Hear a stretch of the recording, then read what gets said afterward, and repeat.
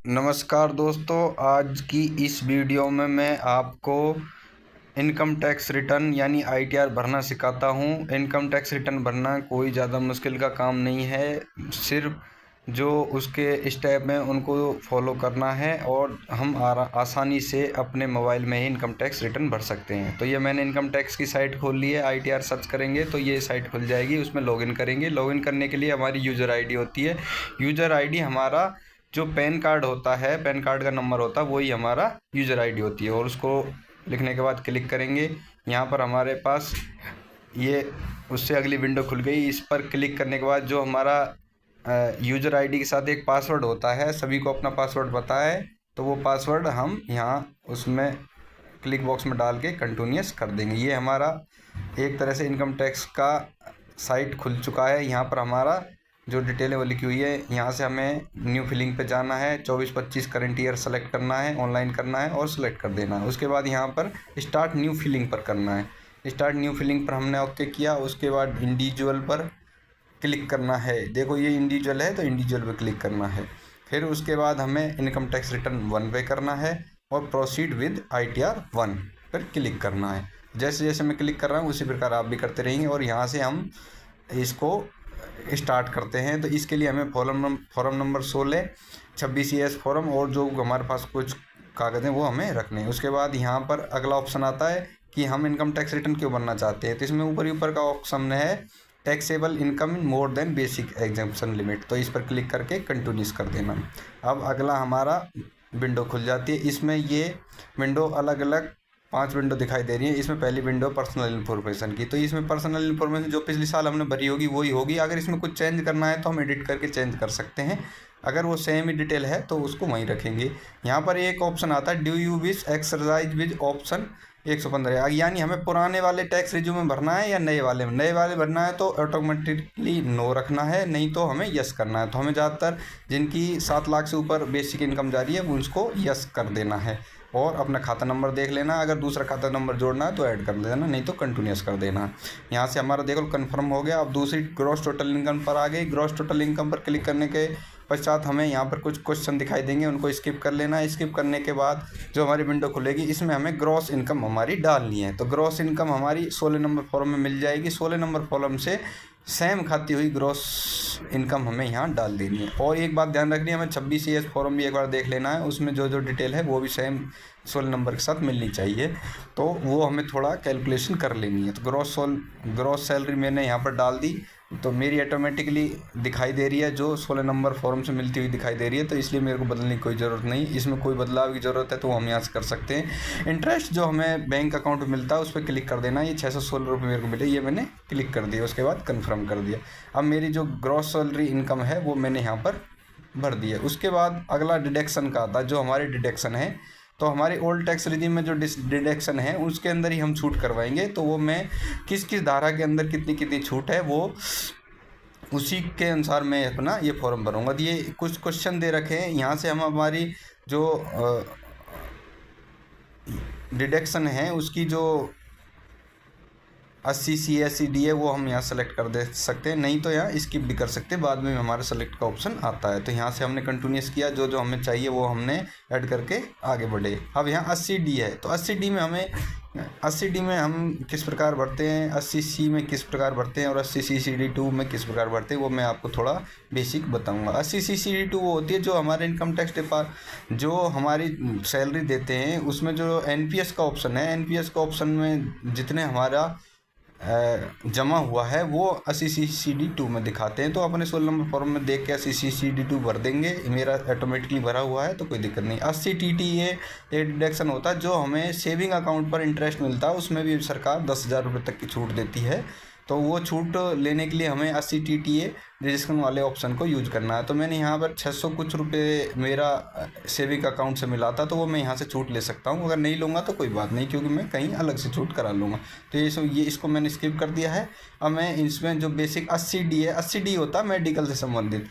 तो पहले मैं आपको भर के दिखाता हूँ, 80D को ही पहले भर के दिखाता हूँ। तो देखो 80D में क्या है, 80D में सेल्फ और फैमिली और अपना, अपने बच्चे का, अपने माता पिता का, इनका जो हेल्थ इंश्योरेंस या उनके हेल्थ चेकअप पर या मेडिकल के रूप में जो खर्च किया है उसका ब्यौरा होता है। तो मैं पहले आपको बताता हूँ कि अगर हमारे पेरेंट्स 60 साल से ऊपर के हैं तो उनको 50,000 खर्च कर सकते हैं अपना, और अपने परिवार का 5,000 रुपये का चेकअप करा सकते हैं। सरकार ने एक छूट दे रखी है 5,000 रुपये की, तो 55,000 रुपये तो सीधे सीधे ले सकते हैं।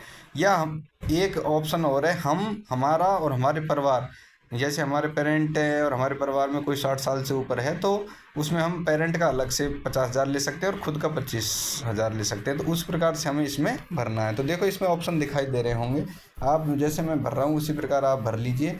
ज़्यादातर हमारे जो फौज वालों की फैमिली हैं वो एक जैसी होती हैं, सभी के पेरेंट्स लगभग 60 के हैं या 60 से ऊपर के हैं, तो या ज़्यादातर सीनियर सिटीजन हैं, तो उसमें हम 50,000 की छूट ले सकते हैं। अगर सीनियर सिटीजन नहीं है तो सिर्फ 25,000 की छूट ले सकते हैं और 5,000 चेकअप पर ले सकते हैं। हाँ, एक बात ध्यान रखना है कि चेकअप की जो प्रिवेंटिव हेल्थ चेकअप की है वो हमारी या हमारे माता पिता की या पूरे परिवार की एक बार ही ले सकते हैं। चाहे 5,000 आप ले लो, चाहे आपका पेरेंट्स ले लें, तो किसी की, दोनों की मिला के ही 5,000 होनी चाहिए, या एक की वैसे भी 5,000 की छूट मिलेगी। तो यह बात आपको ध्यान रख लेनी है। और वैसे भी अगर हम उसमें गलत भरेंगे तो नीचे इचेबल अमाउंट ऑफ डिडक्शन में वो ऑटोमेटिकली घट के ही आएगा। तो वो जो हम यहाँ भर के देखते हैं वो सब कुछ यहाँ पर आ जाता है। तो मैं यहाँ प्रिवेंटिव हेल्थ चेकअप में 5,000 रुपये ले लेता हूँ छूट। ये 5,000 रुपये चेकअप करने की छूट मिलती है। तो इसके कागज़ दिखाने की वैसे ज़रूरत नहीं होती है, लेकिन कई बार इनकम टैक्स डिपार्टमेंट मांग भी सकता है। लेकिन क्या है, 5,000 के है तो हम चेकअप की कोई भी रसीद दिखा सकते हैं। तो इसलिए 5,000 की छूट तो हम यहाँ पर ज़रूर ही लें। तो 5,000 की छूट मैं यहाँ ले ली है, और 50,000 मेडिकल खर्च पर अपने माता पिता का, जो हमारे पेरेंट है उनकी सीनियर सिटीजन है, तो इस आधार पे मैंने 5,000 की यहाँ से ले ली है। तो ये मेरा 55,000 हो गया है। अब इसमें मैं मेरी खुद का और 25,000 ले सकता हूँ, तो वो मैं लेके देखता हूँ कि किस प्रकार मिलता है। तो मैं आपको यहाँ से 55,000 की छूट तो मैं पेरेंट की 50,000 और 5,000 मेडिकल चेकअप की लेके मैं इसको सेव कर लेता हूँ और करके देखता हूँ कि मेरा कितना ग्रॉस टोटल हो रहा है। अगर उसमें कम ज़्यादा होगा तो फिर मैं वहाँ से और सेलेक्ट कर लूँगा। अब एक इसमें डिडक्शन है 80C, जिसमें 1.5 लाख की छूट मिलती है, जिसमें LIC, mutual fund, saving account, FD PLI, जो भी जितने भी सेविंग हैं वो सारी इसमें आती हैं। सेविंग की से संबंधित है वो सारी 80C में आती हैं। और 80C, 80CC1, 80CC1B, इनका सबका टोटल 1.5 लाख होना चाहिए। 80CCD2 का ही सिर्फ अलग होता है, बाकी सबका 1.5 लाख होता है। तो हमारा जैसे अपनी सैलरी है NPS वाली, तो उसमें NPS में हमारा कुछ कटता है और सरकार उतना, उसका मतलब जैसे हमारा 10% कटता है बेसिक का और सरकार 14% देती है। तो जो हमारा बेसिक का वो 80C में आएगा जो हमारा कटता है, और जो सरकार देती है वो 80CCD2 में आएगा। तो ये हमें ध्यान रख लेना है। वो वैसे वो 16 नंबर फॉर्म में दिखाई दे रखा है। यहाँ टोटल मेरी डिडक्शन 281 की हो गई, जो मैंने इसमें डाल दी। 281 के बाद भी मेरे को कुछ और जोड़ना पड़ेगा, क्योंकि 799 हो रहा है, तो इसमें मेरे को भरने के लिए कुछ एक्स्ट्रा जोड़ना पड़ेगा। तो इसको मैं स्किप कर देता हूँ यहाँ से, और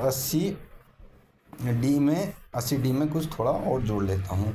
जोड़ना क्या है, जो मेरा खुद का मेडिकल एक्सपेंसिव है उसमें जोड़ लेता हूँ, मतलब फैमिली और मेरा खुद का है वो मैं जोड़ के देख लेता हूँ। अगर और 20,000 जोड़ देता हूँ तो मेरा टैक्स बिल्कुल 0 हो जाएगा। तो ये मेरे को ध्यान रखना है, जितनी मेरी बेसिक सैलरी हुई है, बेसिक सैलरी को घटा के टैक्स में लाना है। तो ये आपको बात ध्यान रखनी है, इसी के आधार पर ही हम अपना इनकम टैक्स रिटर्न भर सकते हैं। तो ये मैंने जो यहाँ पर parent, family member excluding parent, अगर इसको यस कर दूंगा तो 25,000 की छूट मैं self on family including citizen में ले लूँगा। तो 5,000 का मैं मेडिकल चेकअप इसमें दिखा देता हूँ, क्योंकि उसमें टोटल 50,000 की, जो पेरेंट वाली है सीनियर सिटीजन वाली, उसमें टोटली 50,000 की। तो इसको 5,000 को मैं यहाँ दिखा देता हूँ, और 20,000 मेरे उसमें एक्सपेंसिव में दिखा देता हूँ। तो उस प्रकार करके मैंने इसको यहाँ पर देखो 3,01,000 कर दिया है। तो यहाँ पर मैंने इसको सेव कर लिया। अब देखो ये मेरा टैक्स यहाँ से 0 हो जाएगा। अब ये टोटल टैक्स पेड अब मेरे इसमें 14,000 दिखा रखा है, लेकिन ये डिटेल सही नहीं। ये मेरे को 26ES फॉर्म से निकाल के देनी है। तो 26ES फॉर्म को मैंने निकाला, वहाँ से एडिट किया, सारा अपनी इन्फॉर्मेशन में लाई, और मैंने यहाँ पर जितनी income chargeable under head salary है वो डाली। तो ये मैं 26ES फॉर्म में मिल जाएगी। 26ES फॉर्म मेरे इसी में ही इनकम टैक्स डिपार्टमेंट साइट मिल जाता, तो वहाँ से 848,484 रुपये है, और टैक्स मेरा 20,000 ₹656 कटा, तो वो मैंने यहाँ पर डाल के सेव कर दिया। जो मेरा एक्चुअल कटा वो मैंने यहाँ पर डाल दिया। ये डिटेल मेरे को 26ES फॉर्म से लिए। मैं कोई भी डिटेल कहीं से गलत नहीं भर रहा हूँ, क्योंकि जो डिटेल इनकम टैक्स डिपार्टमेंट मिलाएगा तो उसको मिलनी चाहिए। तो अब यहाँ से 20,656 हो गया। टोटल टैक्स लायबिलिटी, ये सिस्टम जनरेटेड होता है, ये कंप्यूटर ऑटोमेटिक जनरेट करके बता देगा कि मेरा कितना टैक्स बन रहा है, कितना जीरो हो रहा है, कितना रिबेट हो रहा है। तो मैंने वो यहाँ से कर दिया।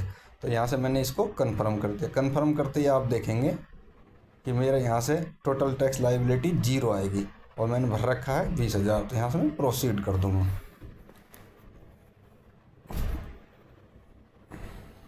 प्रोसीड करने के बाद पश्चात अब देखो रिफ़ंड के लिए मैं एलिजिबल हो गया हूँ 20,656 के लिए। तो मैं यहाँ से प्रीव्यू रिटर्न कर लूँगा, देख लूँगा मेरा रिटर्न कैसा है। यहाँ से इस पर क्लिक बॉक्स पर ओके किया और ये मैं खुद सेल्फ भर रहा हूँ और इसको मैंने पहले से जहाँ मेरा IP एड्रेस डल गया और प्रोसीड टू प्रीव्यू पर क्लिक किया। प्रोसीड टू प्रीव्यू पर क्लिक करने के पश्चात सीधा मैं जाऊंगा नीचे देखेंगे जिसमें मेरे टैक्स की सारी डिटेल हैं। तो इसको आप पढ़ भी सकते हैं, आप इसमें समझ सकते हैं, नहीं तो प्रोसीड टू वैलिडेशन पर गए। वैलिडेशन पर जाने के तो कुछ मेरे को एरर दिखाई दे रहे हैं। Please enter amount against nature of एग्जाम्प्शन।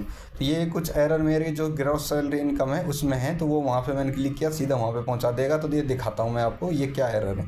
देखो ये नीचे जो दिखाई दे रहा है सेलेक्ट रीजन है, इसमें इंडिया होना चाहिए, लेकिन इस इंडिया आ नहीं रहा। तो कोई दिक्कत नहीं, इसको हम डिलीट भी कर सकते हैं यहाँ से। नहीं तो अब ये देखो लेस एग्जाम्प्ट अलाउंस में ये जो ऑप्शन दिखाई दे रहे हैं इनको डिलीट कर देना, क्योंकि ये ऑप्शन तो मैंने चूज कर लिए लेकिन उनको मैंने वहाँ से भरा नहीं है। तो यहाँ से मैं इनको 3-4 मैंने ये खुले हुए हैं, ऑटोमेटिक सिस्टम जनरेटेड होते हैं, खुले हुए हैं, तो यहाँ से डिलीट कर दिए।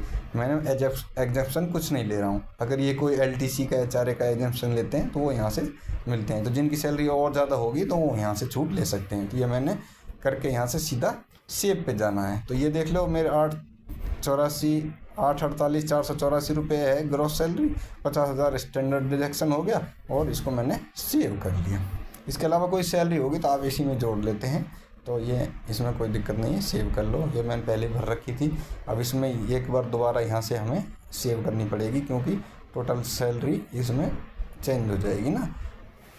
चेंज तो नहीं होगी लेकिन उसमें डिटेल थोड़ा कंफर्म करनी पड़ेगी। तो इंटरेस्ट फ्रॉम इनकम टैक्स तो वो मैंने दिखा दी और कंफर्म कर दिया। अब ये दोबारा से मेरा यहाँ से हो गया, इसको प्रोसीड किया। जो लास्ट के ऑप्शन है वो दोबारा से मेरे को 20,660 रुपये का रिफंड क्लेम एलिजिबल हूँ संधि, ये अब ने करके प्रोसीड टू प्रीव्यू पे गया।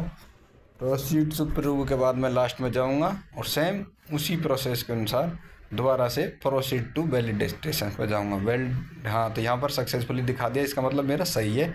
और फिर मैं प्रोसीड टू वेरिफिकेशन मांगेगा कि आप ही भर रहे हो, कोई और तो नहीं भर रहा, तो ये वेरीफाई कर देते हैं हम, रिकमेंडेड है, नहीं तो हमें लेटर उसको इनकम टैक्स डिपार्टमेंट को साइन करके भेजना पड़ता। तो ये वेरीफाई कर देंगे जो आधार कार्ड से तुरंत यहीं साइन हो जाएंगे।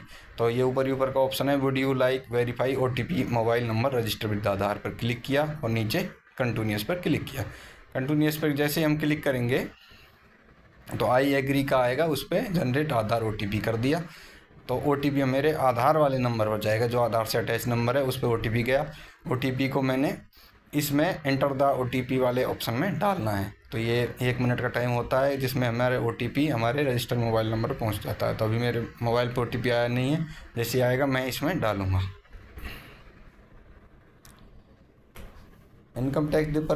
इनकम टैक्स भरना कोई ज़्यादा कठिन काम नहीं है, बिल्कुल सरल काम है। आप स्टेप बाय स्टेप इसमें देखकर भर सकते हैं। इसके लिए सिर्फ 16 नंबर फॉर्म और 26ES फॉर्म है, उसकी आवश्यकता ज़्यादा होती है। इसके अलावा कोई और भी हो। तो ये मैंने OTP डाला तो OTP को इनवैलिड बता दिया। देखते हैं क्या कारण हो सकता है। हाँ, ये OTP मेरा मैंने गलत डाल दिया है, तो इसको मैं दोबारा से सही डालता हूँ। 580 था जिसको 570 डालना है, तो मैं इस दोबारा चेंज कर देता हूँ। तो इनकम टैक्स रिटर्न आप अपने घर पर अपने मोबाइल में इसी प्रकार वीडियो को देखकर आसानी से भर सकते हैं। कोई दिक्कत हो तो आप मेरे से संपर्क कर सकते हैं। वैसे भी गूगल पर बहुत सारी वीडियो हैं, यूट्यूब पर बहुत सारी वीडियो हैं जिनमें आप देख के भर सकते हैं। और आर्मी वाले और पैरामिलिट्री वाले बंदे का जो है वो भरना भी आसान है। इसमें 1-2 और जैसे हार्ड एरिया ड्यूटी होती है तो वहाँ पे थोड़ा और ढंग से भर सकते हैं। तो उनके जो एग्जाम्पशन है वो अलग अलग हैं, तो वो थोड़ा उनके बारे में स्टडी कर लें तो उसके हिसाब से भर सकते हैं। यहाँ से मैंने वैलिडेट कर दिया OTP सही डाल के, तो ये मेरा सबमिशन कन्फर्म सबमिशन हो गया और इसको यहाँ से सबमिट कर दिया। जैसे मैं सबमिट करूँगा तो मेरे पास मैसेज आ जाएगा, मोबाइल पर मैसेज आएगा और मेरी ईमेल पर मैसेज आएगा। तो यहाँ से आएगा you have successfully filled and verify your return. तो मैंने मेरा जो रिटर्न है वो आसानी से भर दिया है, इसमें कोई दिक्कत नहीं है और बहुत सही भर चुका है। अब इनकम टैक्स डिपार्टमेंट इसको प्रोसीड करके मेरे पास पैसे भेज देगा। और इसमें ये जो जैसे ये मेरा यहाँ से हम चेक कर सकते हैं कि हमारा रिटर्न कहाँ कहाँ पहुँचा है। ये रिसिप्ट भी डाउनलोड कर सकते हैं कि हमने किस प्रकार भरा है। तो इसमें हमारी सारी डिटेल आ जाएगी। नीचे इसमें लिखा हुआ है, इसको भेजने की आवश्यकता नहीं है क्योंकि हमने इसको वेरीफाई करा दिया है। तो इस प्रकार आप आसानी से अपने घर बैठे ही अपना इनकम टैक्स रिटर्न भर सकते हैं। कृपया मेरी वीडियो को लाइक करें, सब्सक्राइब करें। आपको अच्छी लगी तो मेरी वीडियो को अपने दोस्तों में शेयर करें। जय हिंद, जय भारत, धन्यवाद।